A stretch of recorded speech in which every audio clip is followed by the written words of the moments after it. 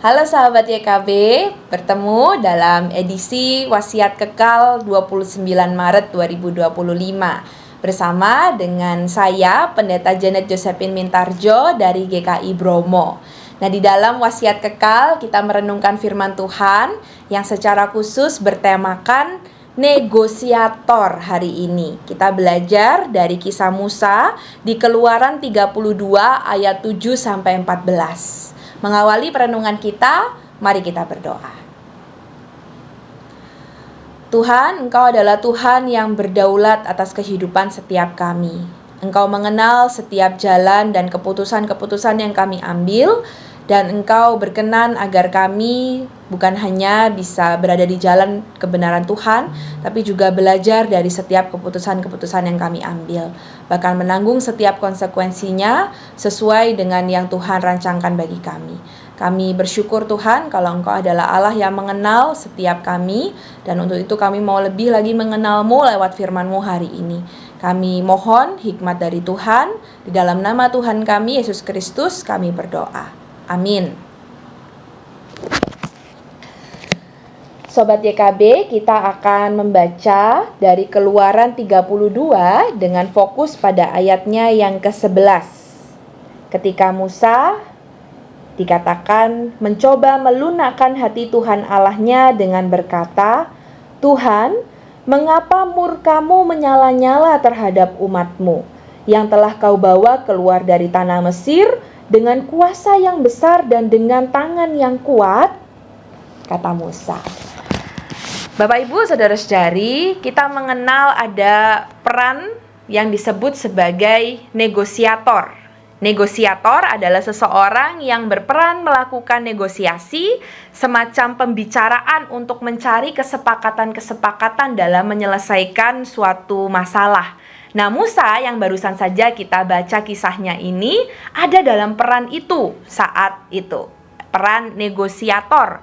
Dia bernegosiasi dengan Tuhan Allah sebab dia tahu Tuhan Allah sudah berencana gitu ya untuk menghukum bangsa Israel. Dalam peran sebagai negosiator, dia berusaha mencari jalan keluar gimana caranya supaya bangsanya ini tidak dihukum.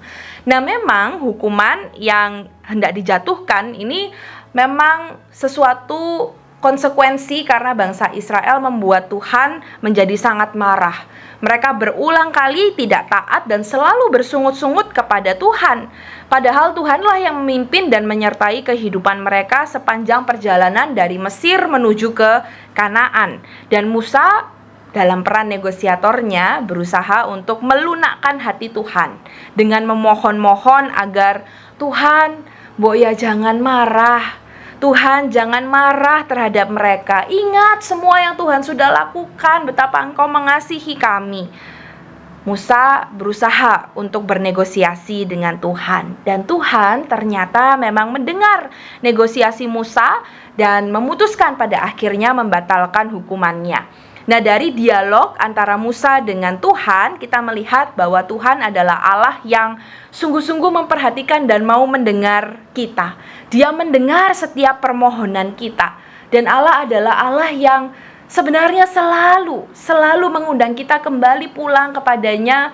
Tuhan yang selalu menyediakan pengampunan dan belas kasihan. Dalam kisah ini tentu Bapak Ibu peran utamanya bukan Musa. Ya, peran utamanya Allah sendiri yang menyediakan pengampunan dalam kacamatanya, dalam pandangannya, sesuai dengan keadilan yang ia sendiri pikirkan dan rencanakan. Tetapi pesan bagi setiap kita ini seringkali seperti umat Israel. Kita bersungut-sungut, kita tidak taat, kita tidak setia, dan ketika ada banyak pelanggaran yang mendatangkan konsekuensi-konsekuensi, baru di saat itulah kita menjerit kepada Tuhan. Tapi Allah ternyata adalah Allah yang memandang kita dengan penuh kasih sayang. Dan Dia di dalam keadilannya, di dalam pengampunannya, di dalam belas kasihannya, Allah yang menghindarkan kita dari segala konsekuensi-konsekuensi maut. Segala yang kita tanggung karena pelanggaran kita masih ada dalam jangkauan Tuhan, tuntunan Tuhan, pimpinan Tuhan, sehingga tertanggungkan, dapat kita lewati, menjadi pembelajaran buat kita. Ia tidak membiarkan kita binasa. Untuk itu, bersyukurlah dan jalanilah hidup di dalam ketaatan kepada Tuhan. Mari bersama kita berdoa. Tuhan, Engkau adalah Allah yang Maha Kasih sehingga tidak menginginkan setiap kami ini binasa. Tapi Engkau juga adalah Allah yang adil, yang menginginkan setiap kami yang telah melakukan pelanggaran-pelanggaran ini tetap belajar dan bertanggung jawab terhadap keputusan-keputusan kami.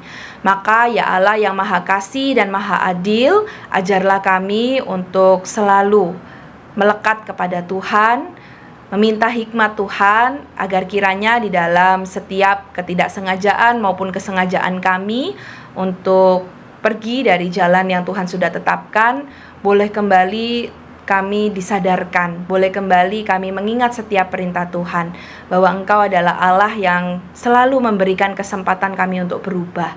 Biarlah dengan tuntunan-Mu Tuhan, kami dapat mengingat apa yang Musa lakukan, juga yang bangsa Israel harus jalani di dalam kehidupannya, bahwa Engkau adalah Allah yang menunjukkan sebagai Allah yang adil tapi juga Allah yang Maha Kasih, yang menolong kami, menyelamatkan kami untuk bisa melewati setiap pembelajaran yang Tuhan berikan.